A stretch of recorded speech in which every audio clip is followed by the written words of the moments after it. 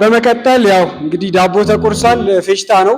አንድ ሁለት እያልን አንድ ስነ ጽሁፍ እንሰማለን። ያ ስነ ጽሁፍ ያው በአንዲት ሴት የህይወት ታሪክ ላይ ያጠነጠነ ጽሁፍ ነው። ይህንንም ተማሪ ቃል ኪዳን ታቀርብልናለች። ተማሪ ቃል ኪዳንን ወደ መድረክ ልጋብዝ።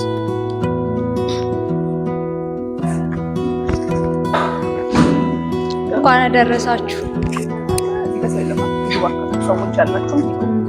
ዛሬ የሴቶች ቀን እንደመሆኑ በሴቶች ቀን ብር ለመያዝ ባልጠነከሩ እጆቼ የጻፍኳት አንድ ትንሽ አጠር ያለች ልብ ወለድ አለች። ስለ አንድ ጀግና ሴት ነው የጻፍኩት። እሱን አነብላችኋለሁ። በትህትና እንድታዳምጡኝ ጠይቃችኋለሁ። የታሪክ እንበለው ወግ አይደለም፣ ጀግኒት በጀግኖች ፊት ይላል። ይህ ታሪክ በአንዲት የገጠር መንደር ውስጥ ተጀምሮ እስከ ዓለም ያበራ የሴቶቹ ሁሉ ተስፋ ብርሃን ያሳየ ነው። ነገሩም የሆነው እንዲህ ነው። በአንዲት የገጠር መንደር ውስጥ የሚኖሩ ሁለት ባልና ሚስቶች ነበሩ። እነርሱም በኢኮኖሚ ብዙም ያላደጉ ነበሩ። እናም ሁለት ልጆች ነበሯቸው፣ አንዲት ሴትና አንድ ወንድ ልጅ። የሀገራችን ሰው ስምን ሲያወጣ መቼም በምክንያት ነውና ሴቷን እናቷን አጋዥ፣ እናቷን የምትተካ ሴት ትሆናለች በማለት ምትክ ብለው ይጠሯታል። ወንዱንም ለአባቱ ጋሻ መከታ ነው በማለት መኩሪያው ይሉታል። እኒህም ልጆች እድሜያቸው ለትምህርት ሲደርስ እንደ ሕፃናቱ ትምህርት ቤት ገብተው መማር ጀመሩ። ነገር ግን ለምትክ ትምህርቷን መከታተል ይከብድ ነበር። ማለትም ሴት ከመሆኑ አንጻር በቤት ውስጥ ስራ ይበዛባታል። የማህበረሰቡም እይታ ጥሩ አልነበረም። በዚህ ሁኔታ ውስጥ ማለፍ ለዚች ሕፃን በጣም ከባድ ሆነባት። ይባስ ብሎ ችግር ሲደራረብ እድሜዋ 13 ሲደርስ የአካባቢው ጎረምሶች መግቢያ መውጫ ያሳጧት ጀመር። ቤተሰቦቿም ይህን ባዩ ጊዜ መስጋት ይጀምራሉ። አባትም አለ ይህች ልጅ እያደገች ነው፣ ጎረምሶቹም አይናቸውን ጥለውባታል። አንድ ቀን ጉድ ይዛብን ሳትመጣ ብንድራት ይሻላል ሲል ይናገራል። እናትም ቀበል አደረገችና እውነትህን ነው፣ ደግሞ አንድ ባለች በሌለች ልጃችን ውርደትን መቀበል የለብንም፣ በእጅ በቃ እንዳልኸው ይሁን በማለት አባቴን ሀሳብ ትደግፋለች። ከዕለታት በአንዲት ቀንም ምትክ ከትምህርት ቤት ስትመለስ እቤታቸው የማታውቃቸው ሰዎች ቁጭ ብለው ትመለከታለች። እናቷም ወደ ውስጥ እንድትገባ ትነግራታለች። ምትክም ሳታንገራግር ገብታ ቁጭ ትላለች። ከሰዓታት በኋላ ሰዎች ወጥተው ይሄዳሉ። አባትም ተጣራ። ምትክ ሲል እርሷን ፈጠን ብላ አቤት ታበይ ጠራኸኝ አለችው። እርሱም አዎ ልጄ እስኪ ነይ ብሎ አጠገቡ አስቀመጣት። ምን ነው አበይ ደህናማ አይደለህ? ምን ነው አበይ ደህናማ አይደለህ እንዴ ስትል ጠየቀች። አባትም እኔ ደህና ነኝ ምትኬ፣ እንግዲህ እምልሽን በደንብ አድምጪኝ። እኔ አባትሽ ነኝ። ያንቺን ያንዷን ልጄን ወግ ማየት ፈልጋለሁ። እንደው እዚህ ከቀየው የሚወራውም ጥሩ አይደለም። ልጄና ብታይ እንዴት ያለ የባል አባት የመኳንንት ልጅ አንቺን ጠይቆኛል። እናም እኔም አባትሽን መቼም ከኔ ፍቃድ አትወጭም ብዬ እሺ ብያቸዋለሁ። እና በይ እንግዲህ ነገ ጀምረሽ ይሄ ትምህርት የምትይውን አቁመሽ እዚሁ እናትሽ ጋር ለሰርጉ ተዘጋጁ። ምን ማድረግ እንዳለብሽም ከእናትሽ ተማሪ ሲል ተናገረ። እሷም ጸጥ ብላ ካዳመጠችው በኋላ በጣም ደንግጣ ስለነበር ምንም ሳትናገር ዝግ ብላ ተነስታ ጓዳ ገባች። ምን ማድረግ እንዳለባት አላወቀችም። በጣም ተጨነቀች።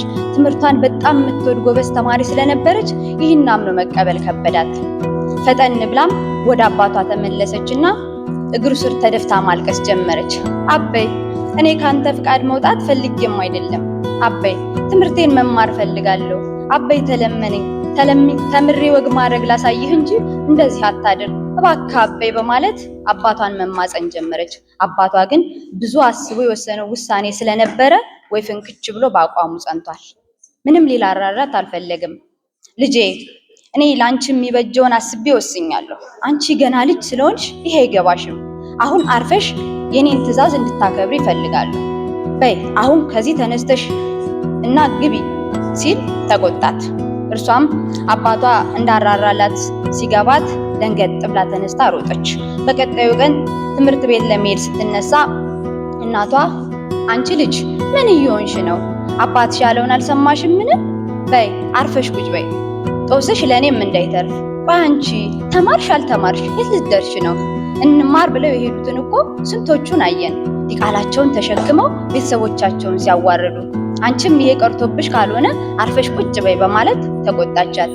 ይህን የተመለከተ ወንድምም በቃ አርፈሽ የሚሉሽን አድርጊ፣ ለቤቱን የከተማርኩ ይበቃል፣ እኔ ወንዱ እማራለሁ፣ አንቺ ግን ሴት ነሽ፣ አርፈሽ የተባልሽውን አድርጊ፣ ደግሞ ትምህርቱም ቢሆን በወንድ ላይ ነው የሚያምረው በማለት ተናገራት። ይህን ስትሰማ መልስ መስጠት ከበዳት። ትንሽ ልቧ ተጨነቀ። ጓዳ ገብታ ማልቀስ ጀመረች። ምግብ ሳትበላ እነሱን እየተማጸነች 2 ቀን ሙሉ አለቀሰች። ግን አንድም የሚራራላት ሰው አጣች።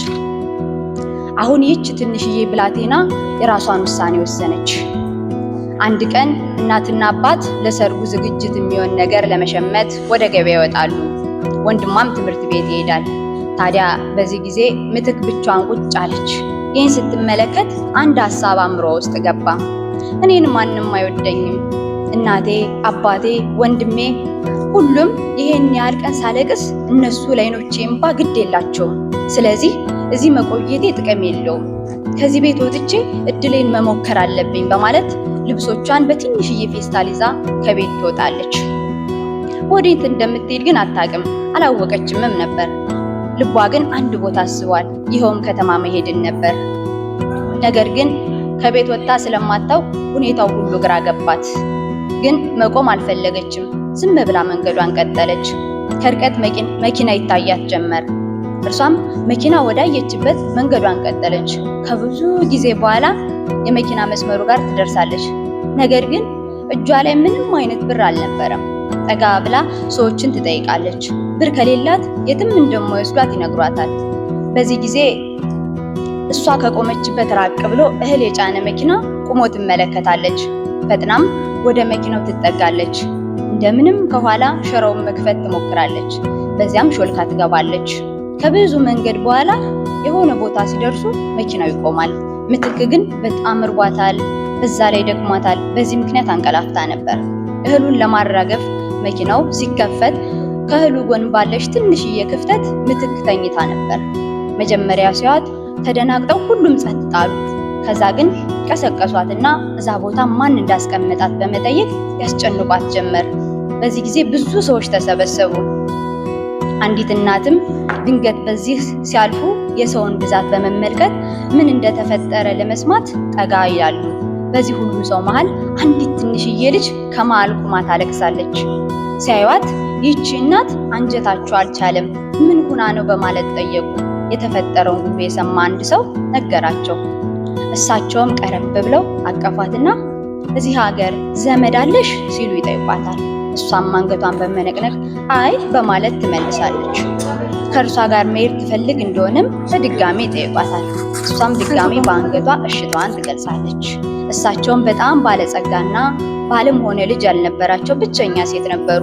ምትክን ሲያገኙ ከፈጣሪ ለእሳቸው የተላከች መሰላቸውና ይዘዋት ወደ ቤታቸው ወሰዷት። ምትበላውን ከሰጧት በኋላ አጥበው አስተኟት። ምትክ ግራ ገባት። እናቷ ቤት ልክ እንደ ትልቅ ሴት እሷ ሰዎችን ትንከባከባለች እንጂ ማንም እንደዚህ እሷን ተንከባክቧት አያውቅም። በማግስቱ ድክም ብላ ስለነበር ጠዋት መነሳት አልቻለችም። እሳቸውም ብዙ ከጠበቋት በኋላ ቀስቅሰው ቁርስ አበሏት።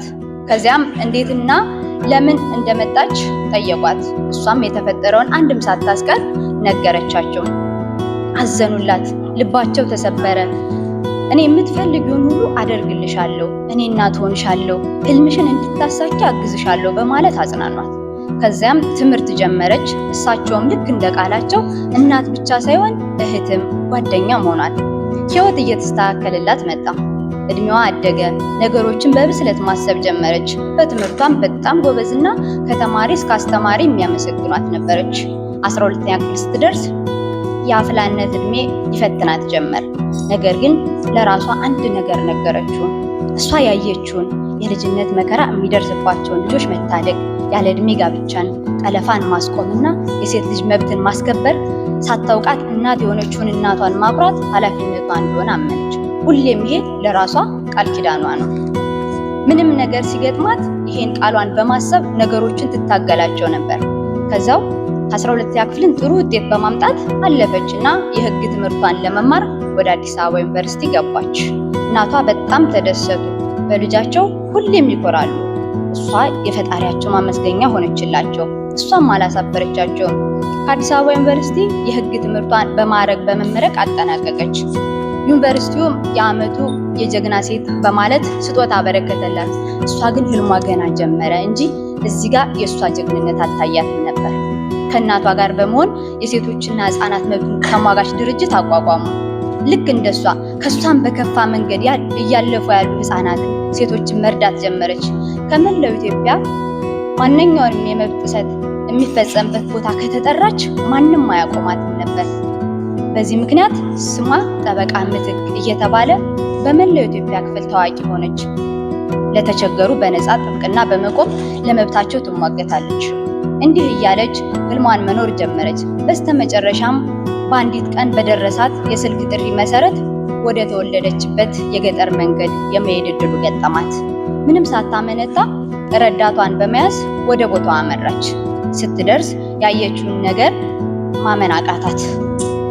የተጠራችው ለወንድሟ ልጅ ያኔ በግፍ ቃል ሲናገራት ለነበረው ለወንድሟ ልጅ ጠበቃ ለመሆን ነበር። በእርግጥ ሲያት እሱ በፍጹም አላወቋትም ነበር። ትልቅ ሰው ሁና ያቺ ትንሽዬ ልጅ እዚህ ትደርሳለች ብሎ አስበውም አያውቁም ነበር። ነገር ግን ፈጣሪ ታሪክ ይቀይራል። የናቋት ጀግና ሴት ዛሬ በፊታቸው ቆመች። በሰዓቱ ለህይወቷ ለመወሰን እነርሱ ነበሩ የእሷ ጀግኖች። አሁን ግን ለራሷ ጀግና ሁና ከፊታቸው ቆመች። በመቀጠል ይህን ችግር ለመፍታት የነበራት አማራጭ የእሷን ታሪክ መንገር ብቻ ነው። በዚህ ጊዜ ማን እንደሆነች አወቁ፣ ተገረሙ። ሁሉም ይቅርታ ጠየቋት። እውነት አንቺ ጀግና ነሽ ብለው መሰከሩላት። አሁን እሷም ለራሷ ጀግንነቷን አምናለች። ቀጣይ የራሷን ህይወት፣ ቤተሰብ ለመመስረት ጉዞ ጀምራለች። ይቺ ጀግና በጀግኖች ፊት እንደ ጀግና በጀግኖች ፊት በአሸናፊነት በኩራት ቆመች። ይኸው ዛሬ በክብር በማርች 8 በራሷ ቀን ጀግኒት ቆማለች ከጀግኖች ፊት። ክብር ለሴቶች፣ ለእናቶችና ለእህቶች እንዲሁም ለህፃናት። አመሰግናለሁ። በድጋሚ እንኳን ደረሳችሁ። ተማሪ ቃል ኪዳን እጅግ አድርገን እናመሰግናለን። እንግዲህ ያው ይህንን ስነ ጽሁፍ የጻፈችው በዚህ በ3 ቀን ውስጥ ነው እና እኒህ እንደዚህ ተሰጥኦ ያላቸው ሴቶችን ያው እዚህ ያለን ሁላችንም እንድናበረታታ ይሁን እላለሁ። ተማሪ ቃል ኪዳን በአርትስ ክለብ ተማሪ ነች እና ይህንን በሞራል እንትን እንድትሏት